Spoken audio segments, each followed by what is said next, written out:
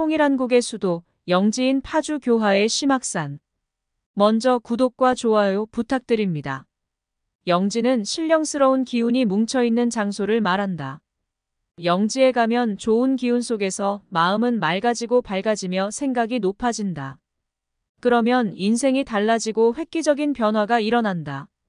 서울에서 한강을 따라 내려오면 하류의 행주산성이 있고 조금 더 바다 쪽으로 오면 한강과 임진강이 만나는 지점인 파주시 교화에 심악산이 자리하고 있다. 심악산은 높이는 194m밖에 안 된다.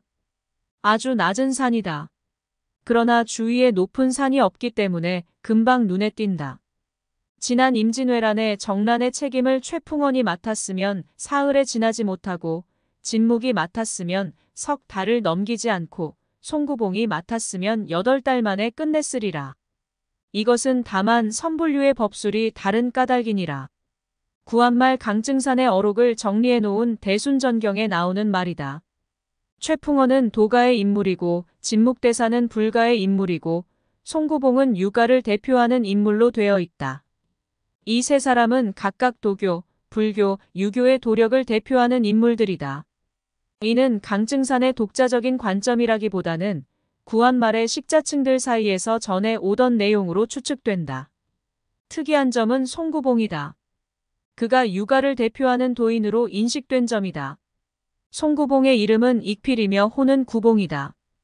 조선시대 중종에서 선조 때까지 살다간 송익필은 일반인들에게 매우 낯선 이름이다. 그가 당대 최고의 유학자였던 율곡 이이와 우계성훈, 송강정철 등에게 스승 같은 벗으로 존중받았고 조선 예학의 대가로 불린 사계 김장생의 스승이었다는 사실은 그리 많이 알려져 있지 않다. 이는 평생을 따라다닌 그의 출신 성분과 부친이 지은 허물 때문이었다. 송익필의 부친 송사련은 서자 출신으로 신사무옥을 일으킨 장본인이며 그는 이 일로 부귀영화를 누리게 된다. 신사무옥은 1521년에 송사련이 안돈후의 손자 안처겸 등을 고변하여 일으킨 옥사를 말한다. 이 일로 안씨 집안은 멸문되고 재산은 송사련이 차지하게 되었으며 그 공으로 벼슬도 당상관까지 오르게 된다. 신분과 도리를 중시하는 유생들은 송사련에게 등을 돌리며 심히 비난하였다. 송사련은 80세로 죽을 때까지 권세를 누렸지만 그 화는 송구봉 형제들에게 대물림되어 송구봉은 일찌감치 벼슬을 접게 되었다.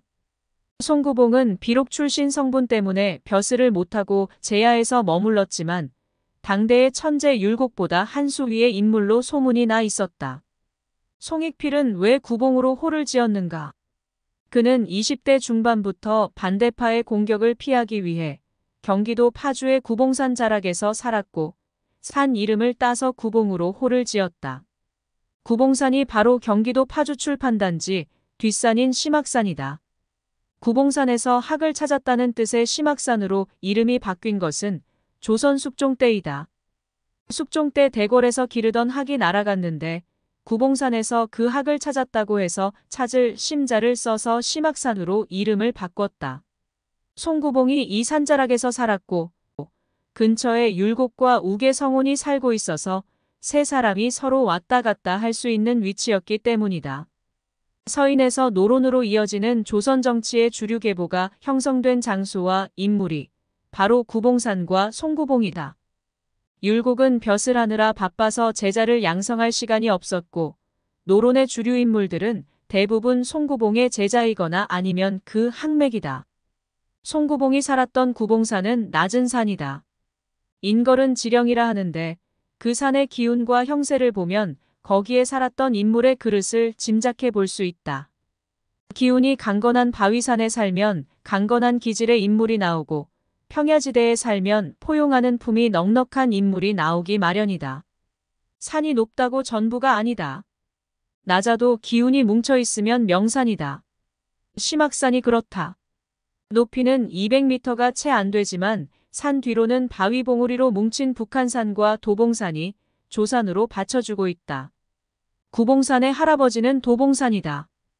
도봉산의 손자가 구봉산이라는 이야기는 도봉산의 강건한 바위 기운이 손자대에 와서 그 끝에 뭉쳐 있다는 말이다. 이 산의 기운도 그 끝자락에 뭉친다. 그래서 명당은 산의 중심부에 있는 게 아니라 바깥 끝자락에 만들어진다. 이걸 결국이라 부른다.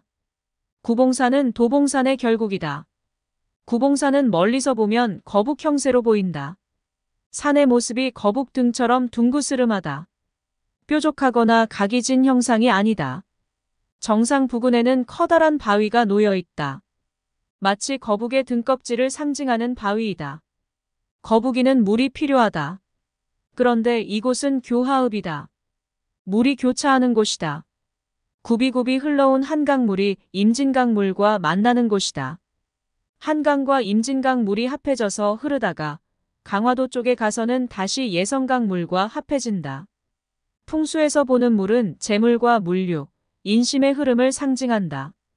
물이 합해지면 돈도 합해지고 인심도 합해지는 것으로 해석한다. 이런 의미에서 볼 때 교화는 상징하는 바가 크다. 지금은 자유로가 만들어져서 한강물을 차단하는 제방의 역할을 한다. 자유로가 만들어지기 전인 1950년대부터 1960년대만 해도 교화는 한강물이 깊숙하게 읍내로 들어왔다. 곳곳에 배를 댈 수 있는 나루터가 있었다. 도봉산에서 잉태된 구봉산의 거북이는 바로 이러한 한강물이 둘러싼 지역에 살고 있다고나 할까. 굳이 구봉산의 이름을 붙여보자면 영구 입수 형세이다. 신령스러운 거북이가 물로 들어가는 형국이다. 구봉산 정상에서 강물을 바라보면 한강물이 산을 활처럼 둘러싸고 흐른다. 활처럼 곡선을 그리면서 산을 감아 흐르면 아주 좋게 본다. 이를 금성수라 부른다. 구례사성암을 섬진강이 둥그런 원을 그리면서 감아 흐르듯이 구봉산도 한강물이 활처럼 감아 흐른다. 옛날에는 서울 마포나 노량진에서 배를 타고 이곳까지 왕래할 수 있었다고 한다. 교화의 촌로들 이야기에 의하면 이순신 장군도 젊었을 때 구봉산의 송구봉을 찾아와 공부했다고 한다. 물론 기록은 없고 구전이기는 하지만 이순신이 1545년생이니까 11년 연상인 송구봉을 찾아와 배웠을 가능성은 높다. 율곡도 송구봉의 천재성을 공공연하게 인정했으니까 송구봉의 이름은 당대에 이미 널리 알려졌다. 신분이 미천의 벼슬은 할 수 없는 처지에서 서울 변두리에서 책을 보고 제자 양성에 몰두할 수밖에 없던 상황이었다. 이순신도 그 명성을 듣고 구봉산에 찾아왔을 것이다. 송구봉이 구봉산 시절에 키웠던 대표적인 제자를 한 사람 꼽는다면 사계 김장생이다. 김장생의 아버지인 김계휘는 이율곡을 통해서 송구봉을 알게 되었다. 율곡으로부터 송구봉의 학문이 깊다는 이야기를 들은 김계휘는 13세의 어린 김장생을 구봉산의 송구봉 집에 맡긴다. 바로 역자지교이다. 송구봉을 연구한 이한우에 따르면 이즈음 구봉이 제자인 김장생에게 가르친 핵심 사상은 예화직이었다고 한다. 예화직 사상은 김장생을 거쳐 김장생의 수제자인 송시열에게 전수된다. 송시열이 화양동 계곡에 암서재를 짓고 공부하면서 바위벽에 비례부동이라 새겨놓고 얘가 아니면 절대로 움직이지 않는다고 강조한 배경에는 조사부인 송구봉의 철학이 작동하고 있다. 당쟁이 가장 치열했던 시기가 숙종 때였고 그 주제가 다름 아닌 예를 논하는 예속 논쟁이었다는 점도 주목해야 할 부분이다. 다른 일도 아니고 하필 예 때문에 죽고 사는 일이 벌어지는 발단도 어떻게 보면 송구봉의 구봉산 시절에 배태된 셈이다. 훗날 노론 300년 집권의 인조반정이 성공하고 불과 거사 3일 후에 반정의 주역들은 김장생을 사헌부장령에 제수했다. 왕에게 정치와 학문을 자문해주는 명예직이었지만 반정의 주역들이 자신들의 사부인 김장생을 정권의 정신적인 지주로 여겼던 것이다. 반정의 1등 공신 9명 가운데 대부분이 송구봉의 영향을 받은 제자들이었다는 점도 눈여겨보아야 한다.